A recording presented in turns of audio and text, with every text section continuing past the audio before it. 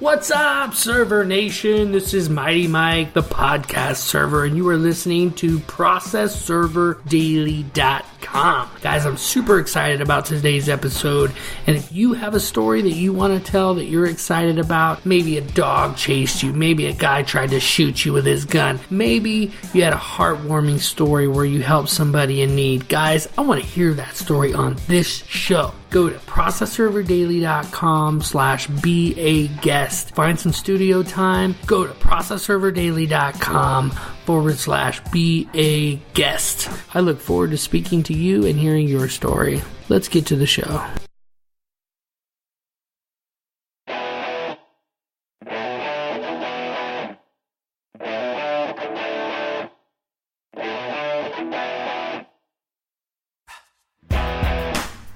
Our guest is an expert in service and process, performing bank levies, wage garnishments, and skip trace investigations for California, Idaho, Hawaii, and Utah. He owns FindMyLegal.com, a legal professional directory. Steven Snyder, welcome to the show.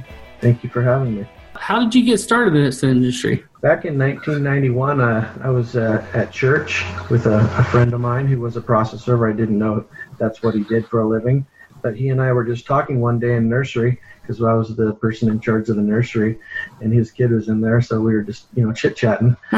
And I said, I've been kind of looking for a part-time job, to do something on the side, make some extra money. Yeah. And he says, well, I know something that you might be interested in, that's process serving. I'm like, what is process serving? Never heard of it before. And anyways, he was working for a company in San Jose, California, with a company called T&B Legal, which was owned by Tom Bowman. Now, his new company is called Sterling Madison. Oh, yeah.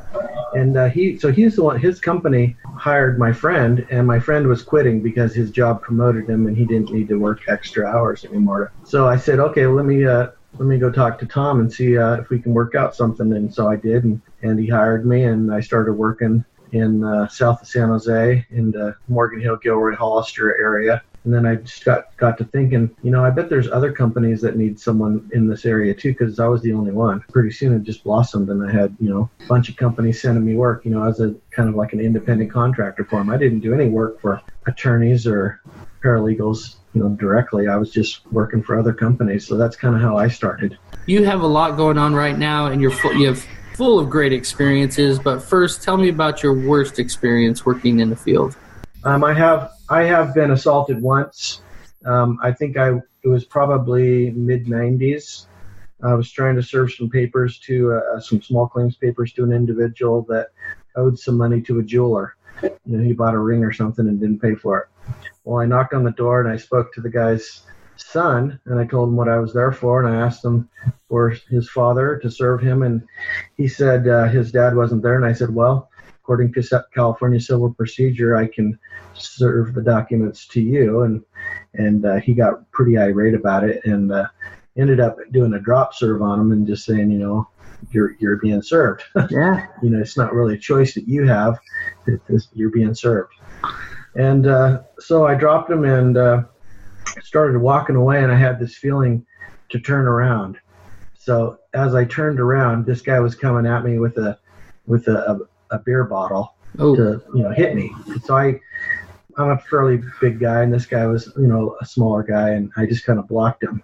I ended up calling the police, and they came out and cited him, and then I went to the court hearing for him to for his plea, how he's going to plea. Well, he didn't show up. The judge issued a bench warrant for $20,000. Oh. I immediately went back to my office, prepared a small claims document, filed it with the court, and we served him in small claims. He showed up to that, and then we just kind of talked, and found out that he cost him a lot more than what the jeweler bill was, just to try to defend himself. He learned something the hard way. I let him off except for $150. That's crazy. So you let him off with $150. Well, he was quite remorseful at this point. Oh, yeah, I guess he learned his lesson. I guess so, yeah. And he had a misdemeanor on his record. And man, as a server, when you're knocking on the door and you're going to walk away from the door, always be aware of what's behind you and what's coming at you. Yeah, especially when you're dealing with someone like I was dealing with, became very irate, and he was young. Kind of want to keep your eyes in the back of your head a little bit. What would you have Server Nation take from your story the most? Just be aware of your surroundings. Be smart. Steve, tell me about your greatest experience working in the field. I think that the greatest experience is when I'm able to deal with persons directly, like what we call improper, someone that's representing themselves, and we're able to be successful in helping them get something that they're owed. For example, I had a plaintiff come to me with a $30,000 judgment, and he didn't know how to collect from this guy. We did a few things, including recording the judgment, and it attached to the fellow's to the defendant's property, so that when he refinanced or sold, it would force him into paying the judgment. And so it was just a matter of preparing the abstract of judgment, recording it, and then within a few months, this guy ended up refinancing his home, and my client got $30,000 judgment. Oh, wow. I've been able to take people to the point of judgment very successfully, like getting their papers filed, getting them served, getting a judgment, and then kind of, other than evictions, obviously, getting a writ and lockout. But other than that, it's been pretty kind of like, I don't know, you got to find their bank account. So for servers like me, how I've been in the past, would you be a good contact then to say, hey, I know this guy, go ahead and contact this guy. He'll be able to find their bank. Well, I do have a service for finding bank accounts. I work with a private investigator out of Montana, and they've got some kind of software that they've developed, and they can find bank accounts. That's cool. And then once we find out what that bank account is, then as a registered process server in California, I can prepare a notice of levy and get the documents ready to do a bank levy. That's right. And that's why it's so important, I think, to collaborate and communicate with other servers in the industry. Yes, sometimes we might be direct competition with each other, but more often than not, we end up helping each other in this grand scheme, this process. Yeah, definitely networking with other legal professionals is the way to go. That's an awesome story, Steve. Tell me about what you're working on right now that has you most fired up. I've been in the business since 1991, and I've learned how to build a business, and I own several of them. Hawaii Process Service, Utah Process Service, Idaho Process Service. I could go on and just keep expanding my business. But I don't have the time to manage them all. So what I've been excited about doing is finding young process servers that are not found on the web. They need help to build their business. And so I work in conjunction with my company, FindMyLegal.com, and helping new process servers build their business and get noticed on the internet, because that's pretty much key. People, when they do a search, they go onto Google and they look up the city, the state, and then the word process server. And if your website is ranked on Google, they'll find you. And we help the young process server build their new business. Well, Steve, that is worth being excited about. And would you say it was FindMyLegal.com? Yes. FindMyLegal.com. So Server Nation, you're a new server out there. Go to FindMyLegal.com. And roughly, what does it cost, Steve? Well, to list your company in the entire state, it's $6.99 per month. If you want us to help build a website, between $100 and $200, depending on how many cities you want to advertise your company in. That's very inexpensive. That's possible for pretty much any server to be able to afford. There are other directories I know out there that charge just for one county, $20 and such. So, Steve, what advice would you give for the struggling server out there right now? What I would do is I would Google legal professional directory and get your name on as many free websites as possible. There are others you can pay for, which rank very high on Google. The budget is an issue. The first thing to do is to get hooked up with some legal professional directories that have a link from their website to yours, which assumes that you have one. So that would be one thing that you would want to do, is make sure you get yourself a website. And I use GoDaddy.com. They're great. They host all my websites, and they have a pretty cool program in there that helps you create your website. And if you don't want to do that, FindMyLegal.com can help you do that.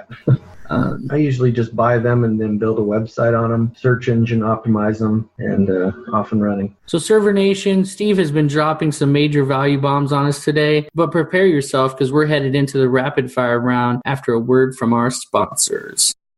Server Nation, I know you're with the times and you want to do whatever you can to have all of the resources for your client. That is why I created 123efile.com. As a process server, attorney, or even an improper, you can visit the website and file your documents in any of the Tyler courts in California. With its easy-to-use, one-page operation, you can have your e-filing done in a matter of minutes and get back to what really matters. If your time is important to you, visit 123efile.com.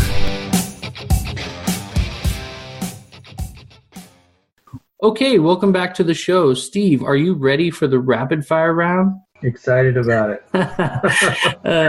If you could recommend one app, what would it be and why? I'm a pretty simple guy. I just use Google Maps. It just tells me where to go. After I finish a serve, I put in the next address and tells me where to go. You know what they say, keep it super simple. KISS, right? Yeah. That's awesome. So what case tracking software would you recommend as the best? For many years, I used QuickBooks. It just kept track of how much people owed me. That's primarily because I worked for other process serve companies. But as my business developed where I was working for attorneys directly, I needed to keep track of information specifically on them and the jobs and the proofs of service. I investigated several companies, worked with one. I didn't care for it, but I found the best one that works for me is servemanager.com. I definitely recommend them. One thing that it helps me to do is to manage all of the different companies that I have. So I can create a job, make a server the other company if I want to. Some of my customers are here in Utah and they have a job in California. So I'll receive the job in Utah Process Service, then I'll assign it to California company, which is Hollister Process Service. And then my secretary there will assign it to a process server. So we can kind of keep track of the chain of how the job was hired out. So you're using it also internally, not just like me getting a job, sending it out. This case tracking software not only tracks the serve to be able to send it to people, but you are also, with all of these softwares, you're able to create a proof of service, which for many servers is some of the biggest challenges. They're trying to find what document to put their proof of service on. Yes, the servemanager.com has a bunch of different proofs of service, a lot in California. The POS 010 for summons complaints, the small claims proof of service, and you can prepare all those proofs of service within the Serve Manager program and then save them. And then as the company that's prepared it, I can then email it to my server for them to print out or electronically sign directly on within the software, and then I can forward that proof of service directly to the customer. It's been a great resource for us here at 530 Process Servers. What is your favorite skip trace tip or trick? I use a company called IRB Search. Usually check someone out there first. If the information on there is not really clear, delve into some things deeper, like maybe going to the post office to verify some addresses with the postal verification form. That's great. And then I also check Facebook, check out to see where people might be working, because they always are real proud of where they work and they put down where it is, and then you can link to it. Yeah, another great Facebook tip or trick that I've found is if you feel like they're super secretive, but they usually will have their relationship status and they'll say married to Jane or whoever, you can go into Jane's, and a lot of times Jane isn't as secret, and then go to their profile and then you find out actually what street they live on based on photographs. I feel like as servers, sometimes we become professional stalkers and we can find anybody. That's kind of the goal, is to find them just to give them the papers and that's it, but you still found them. And so, yeah, any little bit of information that you can get will start to pinpoint where this person is, and that's the whole idea with skip tracing.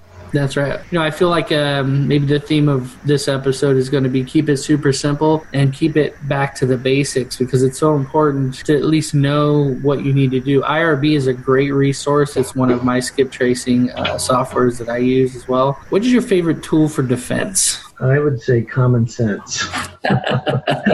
That's good. Yeah, the common sense isn't too common anymore. What book would you recommend? That's a good question. I think any kind of book that can help you to focus on the day's activities, if that's the Bible or the Book of Mormon or whatever, you can read. to spend some time in the morning before you go out and take some time on reading something that's going to be uplifting to you so you can clear your mind and so that you can be aware of your surroundings, during the day. There are many different books that help you become a better person. I feel like as a server, and just having a well-balanced life is really important. As a process server, we spend a lot of time on the road, in the car, maybe sometimes a lot of time away from our family. And I think starting your day off right, whether it's reading scriptures or meditating and those different types of things to help zero yourself, give yourself a foundation to build on, is very important. Thank you for that, Steve. Would you say that you have a mentor? Well, I always try to if I have a question about something, I'll usually go back to my source company.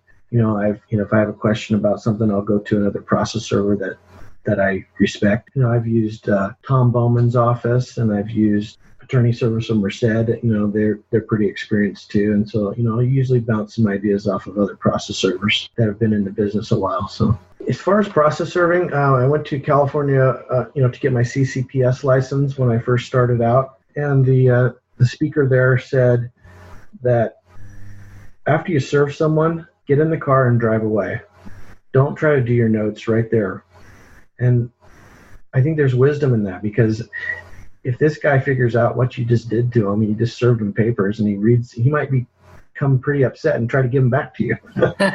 So if you're gone down the street, it's going to be harder for him to get to you. So I always try to drive a few hundred, maybe a couple hundred yards down the road and then write my notes. Yeah, that's been a good one. That's something that I learned as well. That's a really great tip, a great thing that every server needs to learn. You don't spend time sitting in front of the house. You don't spend time in a place that you may be in danger. I mean, if you're looking down at your notes, you're not really watching the house or watching the person that you just served. Just turn around the corner. I have a 2-corner policy. When I leave the house, I go one corner, another corner, and then I can pull over. Like, I'm going till I can pull down a side street somewhere, because that's safety is number one. Safety is the most important thing. Exactly. Jim Rohn said that we're the average of the 5 people we spend the most time with. I'm really happy to hear that you have mentors. I know that I've certainly had mentors in different process serving companies and things that, like I said before, you would consider competition, but they actually end up being some of your greatest resources. Steve, this next question, it's one of our last questions, is a doozy. What would you do if you woke up today, had all the same skills and knowledge, had no clients, a smartphone, a car, and only $100? What would you do in the next 7 days? As far as process serving goes, I would first get myself a website. You can do that for under $100. If I was a brand new server, that's what I would do, is get myself a website and then develop it and help you move forward in starting a process serve company. Myself, during my 25 plus years, I have been diversified in other types of businesses. I'm also a tax preparer. I've driven Uber. Sometimes your business is a little slow at sometimes, and so you want to make sure you're diversified so that if your company does tank, that you have something else to fall back on. Steve, what I take most from your story is the idea that as a process server, you can't completely depend solely on getting a job every day that you're going to go out and serve. That it might be good to go out and get another. I know when I first started, I went and got my notary license. It wasn't a whole lot, but if it gave me 3 or 4 extra jobs a week, then it was worth it. So that's great. Preparing taxes, it doesn't necessarily correlate, but what's interesting is I bought a domain name, like eFileToday.com. Thought, I'm going to just run with this e-filing thing. And then I started realizing that e-file is almost more recognizable to the tax filing industry than it is for the legal industry. Well, the knowledge I've gained from all the different employment has just been beneficial. So, because there are things that I've learned with being a tax preparer that have helped me with being a process server, and vice versa. Whatever you can do to gain knowledge, that's important. That's great, Steve. You've been dropping some major value bombs on us today, teaching us that keeping it simple is the most important, building a foundation for each day, finding ways to market yourself to other process serving companies, and then feeding off of each other, building a network, being able to get your name out there is really important. Steve, what is the best way that we can connect with you, and then we can say goodbye? Depending on which company you want to hire, you can go onto the web and look us up. my company in California is Hollister Process Service. You can phone me at on my cell phone. I'll give that to you. 808-557-5615. If you have any questions about wanting some help building your new process serve company, I'd be glad to sit down and talk with you, no charge, and we can just go over what your goals are. And then I can make some suggestions on what you can do. And if you want to use my services to help build you a website, I'd be glad to help you out. Wow, Server Nation, if you heard that, you just heard that Mr. Snyder is willing to personally help you build your business. Steve, thank you again. You have a great day. We appreciate you being on. I'm glad that you had me on. It was an awesome experience.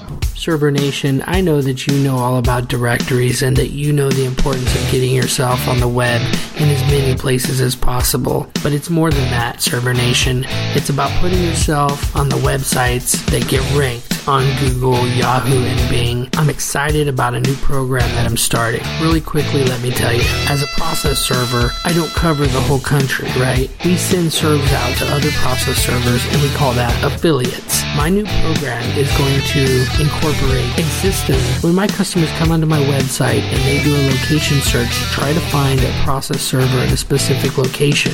Many times, I do not serve that area, and so I might hire an affiliate in another area and manage to serve that way. That takes time and effort away from my local customers and the local efforts that I have here in Northern California. I want to personally invite each and every member of Server Nation to add themselves to my directory on my website. This is what's going to happen. My customers who come to me loyally will search a specific location. If I don't cover a specific location but you do, guess who shows up?